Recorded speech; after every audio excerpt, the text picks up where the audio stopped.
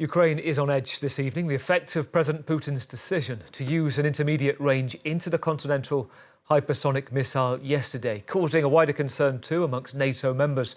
The Polish Prime Minister Donald Tusk describing the situation as a threat of global conflict that he called, quote, real and serious. Ukraine's parliament cancelled today a session there over fears of an attack on the city's government district. There's been a week of escalation, threats since the news emerged at the weekend that President Biden had given the green light for Ukraine to use its long-range ballistic missiles deep into Russian territory. Soon after, Britain also lifted its self-imposed restrictions on Storm Shadow cruise missiles, which had mirrored the US position on how far it could travel into Russia. So we're going to look at the situation tonight, how it's developed and where it could be heading. We are in a phase that Western leaders call, quote, strategic ambiguity. Green lights given. President Zelensky has said the missiles, quote, will speak for themselves. But the consequence of Russia's response is causing deep consternation, this continued escalation, which Ukraine this week, should be said, marks a grim anniversary. It's 1,000 days since Russia's full-scale invasion of the country. Let's hear from two EU leaders this afternoon. We're going to hear from both Donald Tusk in Poland and also Viktor Orbán in Hungary.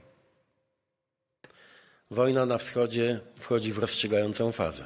The war in the East is entering a decisive phase. We all know this. We feel that the unknown is approaching. None of us knows the end of this conflict. We only know that it is currently taking on very dramatic dimensions. The events of the last few days show that this threat is really serious and real when it comes to global conflict. Poważne i realne, jeśli chodzi o konflikt globalny. I believe that in the next 2 months, we Europeans should not base our approach on the rules of Western European-style communication policies, but rather on a wartime logic. We must proceed carefully, weighing every sentence and word according to the principles of common sense. Otherwise, we'll see what happens. Well, let's cross to Germany and bring in the retired American General, Lieutenant General Ben Hodges. He commanded in Afghanistan, Iraq, and was the Commander General of the US Army in Europe from 2014 to 2017. Great to have you on the programme, General Hodges, this evening. First of all, just step back a second, because if I'm right in saying you were one of the key signatories. You sent an open letter to British Foreign Secretary David Lammy, to US Secretary of State Antony Blinken. 2 months ago, you called for a lifting of restrictions on weapons of the West to strike deep into Russia back then. So this is something you've felt strongly about for a while. Tell us why and how you feel about the decision by President Biden this week. Well, obviously, I'm happy that President Biden finally did this. It should have been done 2 years ago. You can see how much the Russians dread Ukraine having this capability now that can destroy Russian headquarters, Russian logistics, Russian artillery. That's what the Russians have wanted to avoid. They know that they cannot win this war unless the West quits. The war actually started, as you know, and your listeners know, back in 2014. And after almost 11 years, Russia, with every advantage, still only controls about 18% of Ukraine. Their economy is in tatters. They can only hope that we will quit. This is why they have launched this intermediate range missile. It's a sign to me of their desperation. We're going to talk about President Putin's response in a minute, Ben, but I'm really interested just to take your point a bit further. So you talk about these, what you call highly defended strategic targets. You talked about, headquarters, ammunition depots, sites that are key to launching offensives. You've said before, I think, to deal with the sheer mass, the bulk of Russian troops, which has that advantage over Ukraine, you can only really deal with that successfully through precision. Tell us about that. So, well, thank you. And you've touched on it very, very clearly. The advantage that Russia has of mass numbers. So, like, think of the 50,000 Russian and North Korean troops that are being assembled to attack the Ukrainian bridgehead in Kursk. Most of them are not well trained, particularly the Russian troops. So they're mass. And the way the Russians employ them is by pounding the Ukrainian defenses over and over and over with artillery and rockets. So to coordinate these things, you have to have tactical headquarters, and you have to have the artillery and rocket launchers, and then you have to have tens of thousands of rounds of artillery ammunition. So if you can eliminate those three things, it really undermines Russia's only advantage. And that's exactly what the Ukrainians did on the first chance to use the ATACMS. They struck a large ammunition storage point in Bryansk, which is about 180 kilometers inside Russia, so not exactly deep inside Russia. And then, of course, the Storm Shadows were used to strike a Russian and North Korean headquarters. So I think this is exactly what Ukraine needs to do, and it looks to me that that's what they are targeting first. And those Storm Shadows have proved very effective, haven't they, in the past as well? Last year in Crimea, hitting the HQ, 34 Navy Russian staff killed. They actually don't have their fleet in Crimea anymore, the Black Sea Fleet, as a result of that. From your perspective now, though, you know, the US, the Pentagon saying today this wasn't an escalation, and yet we've seen the complete opposite in terms of rhetoric from Russia, aren't we? We're hearing from Vladimir Putin to say that this is a continuing escalation and this is our response, this intermediate intercontinental ballistic missile. Tell me your thoughts on that and why it's causing such consternation in Europe. Well, I think that the Russians know that they're not going to use a nuclear weapon. I mean, they're not going to start a nuclear conflict because Ukraine destroyed an ammunition storage point. I mean, let's be practical and think through what we're talking about here. They're not going to start a nuclear war because there are zero positive or upsides for Russia if they do this. China and India have both told Russia, do not use a nuclear weapon, mainly because they don't want disruption of their access to cheap Russian gas. The United States has said, catastrophic consequences if you use a nuclear weapon. And there's no effect on the battlefield that will give Russia any kind of advantage if they employ a tactical nuclear weapon. So they know that they're not going to do this, but they also know that there are a lot of people in Washington, D.C. and in some European capitals that are terrified at the idea that, oh my God, Russia might use a nuclear weapon. And so the Russians exploit that fear by doing exactly what they just did.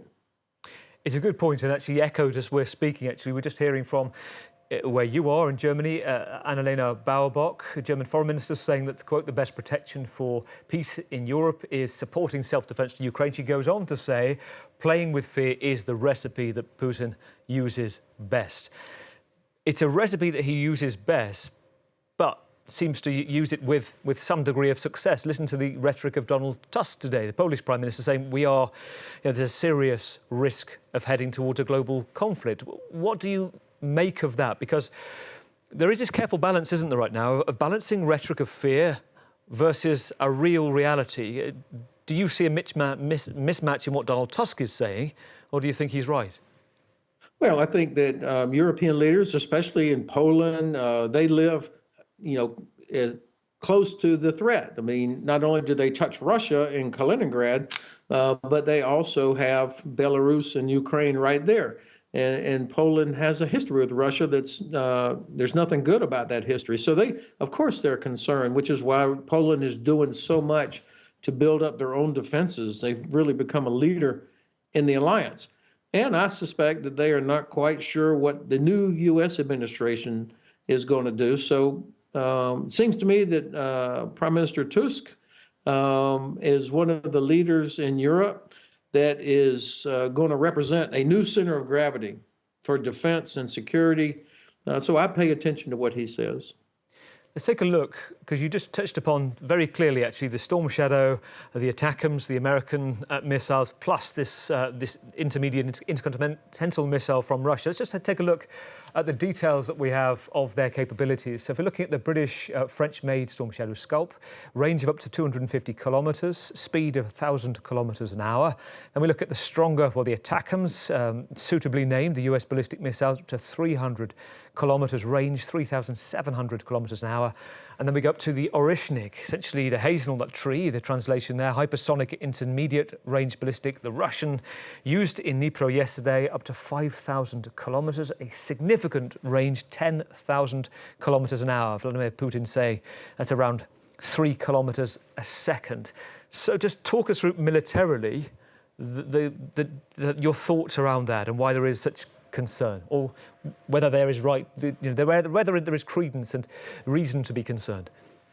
Well, of course, Russia has been attacking civilian targets from the beginning. I wish that the international community would be more concerned about Russia's daily war crimes, the killing of civilians. Every single Russian officer that is in the chain of command that makes targeting decisions or launches any of these strikes, their names should be public, their faces should be on milk cartons, and they should know that they are never going to live in peace until they've been held to account. So that's one part of this. The second part of this, and your graphic there was actually very instructive.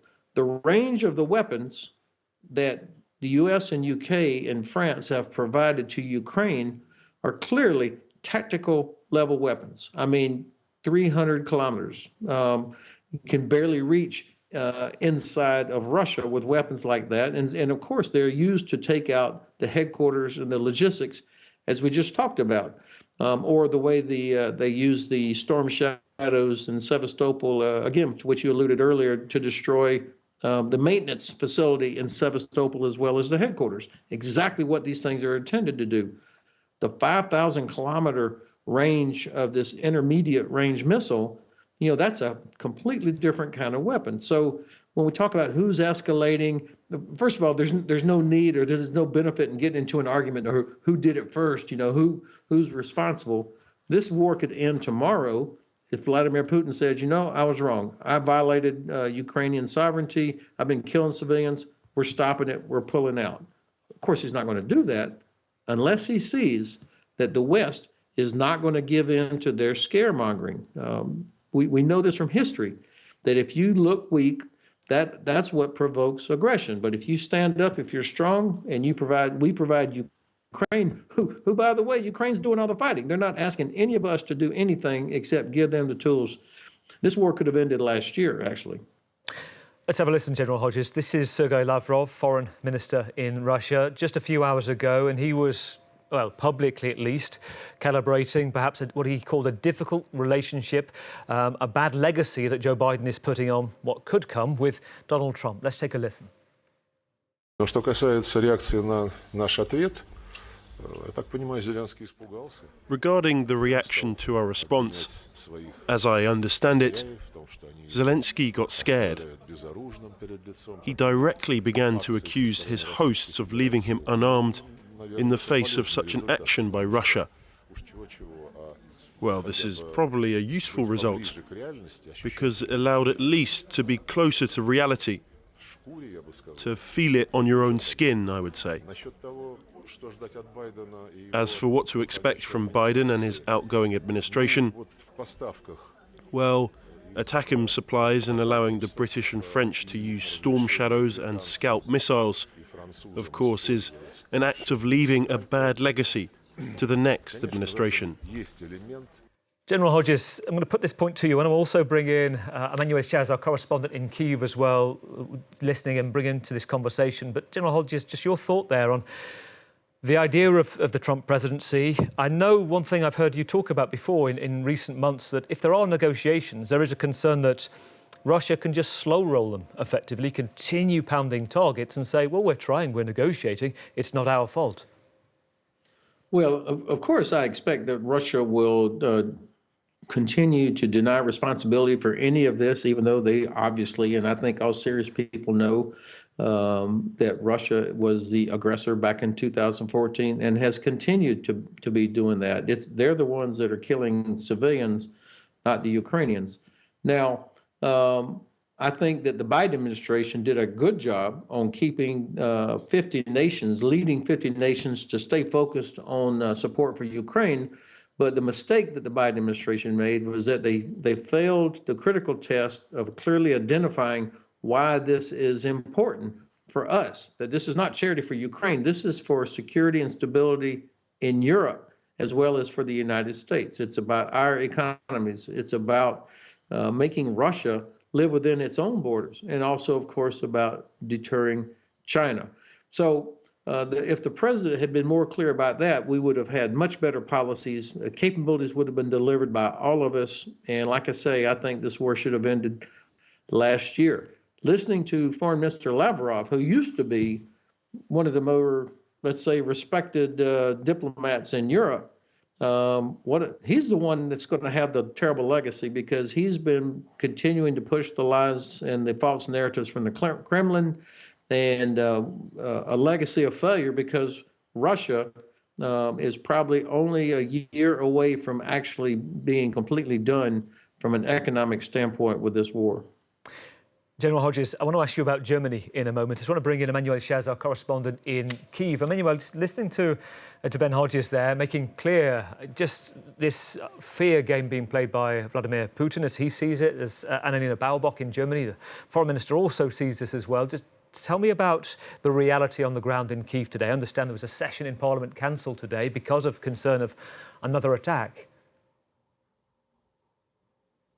Yes, there were concerns that the parliament might be under attack during an air raid alert. That's why it was evacuated. That being said, Ukrainians today are not more worried than they were yesterday. They know who is targeting them, and that's Russia. They have identified their aggressor since 2014, like Ben Hodges aptly reminded us. And of course, people here are very scared of those air raid alerts, of that risk of being targeted, because, as we've mentioned, civilians are targeted by Russia here in Ukraine. However, they know what Russia is capable of. We also heard Volodymyr Zelensky, the Ukrainian president, saying in one of his latest addresses, our crazy neighbor has used a new missile against us. He cannot stand that people are living in dignity and freedom just in the neighboring country, and he's, as usual, fear-mongering among Ukrainians. And this just shows you how Ukrainians are feeling right now. Of course, there is fear. Is there more fear today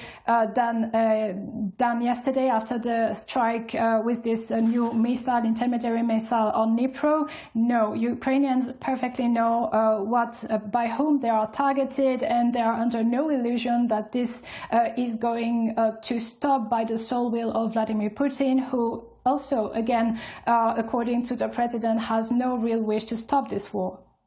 So we're hearing, as we're speaking, more information coming from agencies from the Kremlin suggesting that, quoting Vladimir Putin, saying there's no other weapons like the weapons that we have. Also, as well, news agencies from Reuters and AP suggesting that Ukraine is looking to obtain better quality, what they call the THAAD, the US Terminal High Altitude Area Defense Systems, upgrading its Patriot systems again. And also saying that this is a senior general in the armed forces, quoted, saying that according to our data, the number of these new Russian experimental missile systems are limited. So that will be some relief in Kyiv. You mentioned, Emmanuel, as well, the attack on the Dnipro. Do we know the extent of the damage there? Well, the army won't communicate on the extent of the damage for obvious strategic reasons. Now, the Ministry of Defense of Russia said that they had targeted an ammunition depot and industrial complex used by the Ukrainian military, and that the strike was successful. So there's no way that we can verify this, because the Ukrainian army will not confirm this. But what it shows is that Ukraine still is in need of more air defense system, not just regarding the strike here in Dnipro, but we also have to keep in mind that Ukraine and Ukrainians have been targeted all across the country daily since this summer. The numbers of air raid attacks, of aerial attacks, has really increased. Today, the city of Sumy was struck once again by drones, kamikaze drones, and this time, for the first time in the region of Sumy, says its governor, there were shrapnel pieces in those kamikaze drones. They cannot carry huge explosive charges, countries, but putting shrapnel pieces there, that means they can inflict maximum damage on people. And those are not military we're talking about, those are civilians we're talking about. And in doing so, Russia is committing yet another war crime as it targets civilians, which are not a legitimate target of war. I mean, Emmanuel, great to talk to you. Emmanuel Shaz, our correspondent in Kyiv. Listening to that, General Ben Hodges, I'm interested in two things. One, when we listen to the rhetoric of Vladimir Putin saying there's, quote, nothing else like this experimental missile, it seems on the face of it, it is propaganda. But what's your assessment of that? Well, first of all, I thought Emmanuel's report was very good. And I mean, she's there.